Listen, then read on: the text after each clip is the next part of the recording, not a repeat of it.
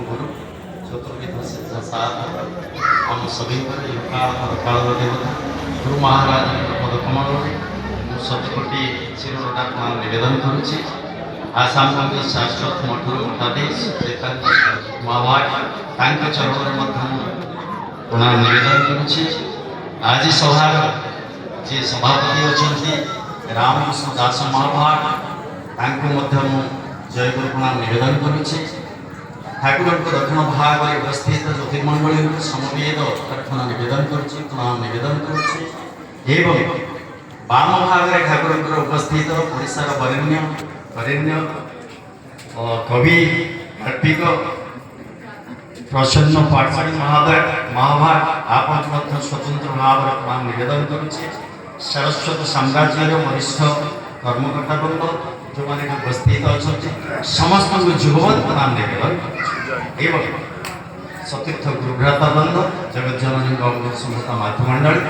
आपण प्रदान निवेदन समय स्वल्प समस्त व्यस्त तेणु अधिका समय नेबिनी अति संक्षिप्त कहवाई चेष्टा करी श्लोकार्थ प्रवख्या ग्रंथ जगत मिथ्या ब्रह्म सत्य गीता भगवान कहले लोकेस्मिन् दुविधा निष्ठा पुराकृता मया न ज्ञान योगेन संस्कारं कर्म योगेन भगवत प्राप्ति पाई भगवान को पाइबा दुईटी पथ अच्छी गोटे हूँ ज्ञान पथ आ गोटे हूँ कर्म आप कहीपारते जोटा हूँ दैत्य भाव में पूजा कराए ईश्वर आम श्रेष्ठ दासान दास ये भाव रखिकी जिते ठाकुर को पाइबा प्रचेषा कराए प्रेम भक्ति व कर्म किंतु ज्ञान मार्ग हूँ अहम ब्रह्मास्मि जोटा मुझे श्लोक कहली श्लोकार्थन प्रवख्या ग्रंथ कोटि जगत मिथ्या ब्रह्म सत्य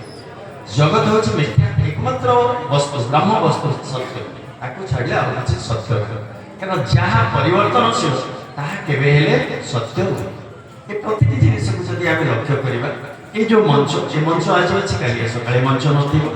तेणु ये जो कपड़ा ठिया ये कपड़ा सूतार या सूता कपारू आसी कपा गोटे गचरू आसी गछ जो पंचभूत अच्छा आलो मूर्तिका इत्यादि इत्यादि जो पंच महाभूत सृष्टि होती तेणु फाइनाली प्रति जिन को आम जो ये अन्वेषण कर देखा फाइनाली ब्रह्म ब्रह्म गोटे जो पंचभूत सृष्टि होती फाइनाली आम ब्रह्म जा पहुँचा सारभूत जिनिस हूँ से ब्रह्म ब्रह्म को छाड़ी कि ना जहाँ परिवर्तनशील ताहा ही जगत जगत मिथ्या जगतर आवेश पड़े आम माया भावुचे तेणु या परित्याग कर भगवान को एमती पाइबा भगवान को पाइबापी कठोर सन्यास मार्ग जोटा जी सन्यास मार्ग मानकर मार्ग से मार्ग में आम गति करवा जमश्च नियमश्चैव आसनं च तथैव च प्राणायाम तथा करते प्रत्यावर्तता ध्यान समाधि गंगा जो साधन चतुष्टय ब्रह्म जिज्ञासा पर जगर जो अष्टम अंग अच्छे पाथर कर आम सविकल्प समाधि निर्विकल्प समाधि उपनीत हो ब्रह्म को जानी अर्थात जो मैंने जड़ जगत आरंभ कर स्थूल सूक्ष्म अतिक्रम कर नेति नेति नेति नेति विचार कर फाइनाली चूड़ांत ब्रह्मानंद विश्राम लाभ करते से ज्ञान मार्ग जति धान से संविधान दिवस संसार ज्ञान सर्वकर्माणी कौन गीता कहते ज्ञान मनुष्यर हो जाए से जो प्रकार कर्म करे बंधन आ सृष्टि हुए ना फल आशा कारण से भगवान उद्देश्य से कर्म करुए से जाने भगवान गोटे प्रतिपूर्ति जगत मंगल से कर्म करुच्चे तेणु तार निजस्व आसक्ति न थाए तेणु से भागी हुए ना द्वितीय उपायटा है चूड़ादी सुनिचिन तरुणी मो सहिष्णुता अमानिना मान कीर्तनिया सीता गौरांग महाप्रभु आसिले सी कहले ना ये जो बड़ बड़ कनसेप्ट ब्राह्मणोत्तर जाति मैंने जोड़ा करें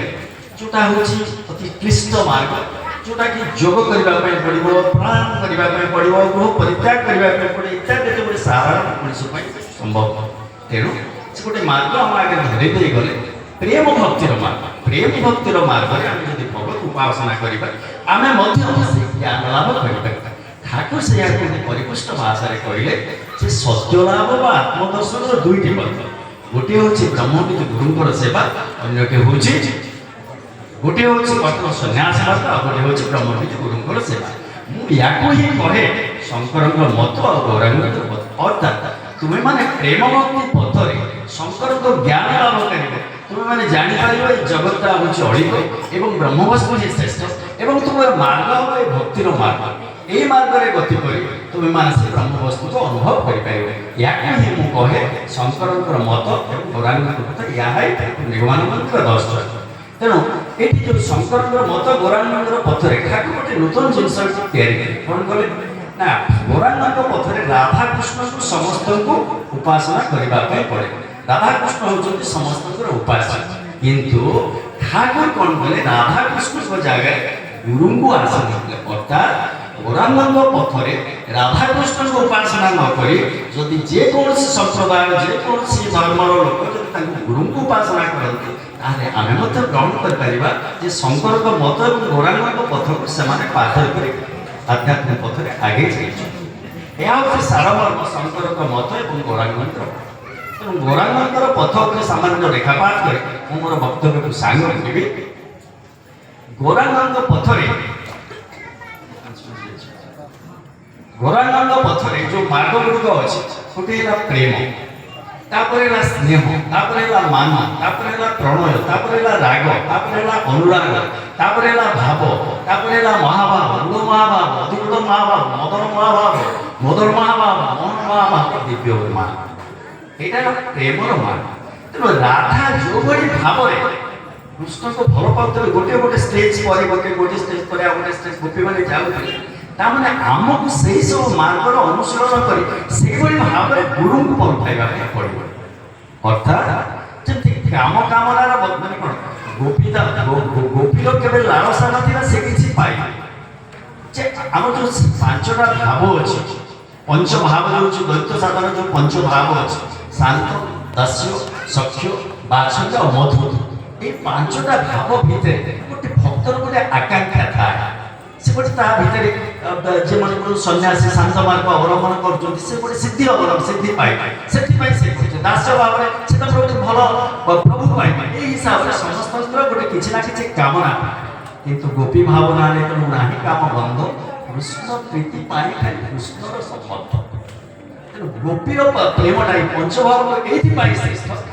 तार किसी भावना ना केवल कृष्ण मुहर हस टे देखिले से खुशी हुए ये ठाकुर गौरांगर मार्ग गौरांगर मार्ग में आम कम कम समर्थ अधिक कथा जोटा समर्थ गौरांगर राधा को पचारे कृष्ण को ज्वर हो तुम्हें तुम पाद किसी धूली दे पार धूली दे पार से पाद तुम्हें कृष्ण पकईदे ज्वर भल हस्तपाठ से देने बड़ बड़ भक्त भी कहीं देने राधा कहे मो पादे जिते धूली अच्छे मुझे सब झाड़ी झुड़की दूसरी मो अनंत काल बल नरके पड़ता मो कृष्ण भल ये गौरांगर मार्ग दिव्य उन्माद स्टेज दिव्य उन्माद जावाई टिके अति 4 मिनट कह ना बंद कर सभापति महाभाव और 3 मिनट भीतर तेणु गुरु है अच्छा सेवा रूप में गुरु सेवा गुरु को सेवा कौ भाव में गुरु सेवा ठीक भाव में आम कर गौरांगर मत शंकर मत गौरांग पथर आम 400 लेकिन आम क्लेम कर चली पार गुरु जो जो कर्म से जहाँ द्वारा संतुष्ट हुए ताहा ही सेवा ठाकुर जहाँ आपको आशा करते कौ भाव में बस कौ भाव में कथा कह कौ भाव में ठिया कौ भाव में मंत्र मार कथा कौ भाव में आरती हो कि भाव में कथबार्ता कर ये समस्त जो कामना कामना ठाकुर शिष्य पाखे अच्छे से अवलंबन करके ठाकुर सेवा आम कर अदरवाइज ठाकुर भक्त मैंने बसुँच खाद्य बंटा हो दिया पशि पशि बाल्टी धरी देली से मनमानिया कर्म से जी दायित्व नहीं पचारे भाई ये असुविधा होटे बांटी देवी कि परमिशन नहीं जब आप कले गोटे सेवार प्रथम पाहाच अच्छे एवं से पहुँचला से अच्छा से कहते ना भाई आप सस्पेंस दिखते ना खीरी दिखते आप लुण और पानी देवार दायित्व नहीं इफ यू अवॉइड दैट सेटा हूँ सेवार द्वितीय स्तर ताने आप ଆପଣଙ୍କୁ ଯନ୍ତ୍ର ଯେଉଁ ଭାବରେ ବ୍ୟବହାର କରାଯିବ ଆପଣ ସେଇ ଭାବରେ ନିଜକୁ ଜାଗ୍ରତ ଯଦି ରଖିପାରିବେ ଏବଂ ସେଇଭଳି ଭାବରେ ଗୁରୁଙ୍କର ସେବା କରିପାରିବେ ତାହେଲେ ଆପଣ ଶଙ୍କରଙ୍କର ମତ ଏବଂ ଗୌରାଙ୍ଗଙ୍କର ପଥ ଠିକ ଭାବରେ ଅନୁପାଳନ କରିପାରୁଛନ୍ତି ବୋଲିକରି ହୃଦୟଙ୍ଗମ କରିପାରିବେ। ସମୟର ସ୍ୱଳ୍ପତା ଦୃଷ୍ଟିରୁ ମୁଁ ମୋର ବକ୍ତବ୍ୟକୁ ଏଉଠି ସାରିଛି। ଜୟ ଗୁରୁ ଜୟ ଗୁରୁ ଜୟ ଗୁରୁ।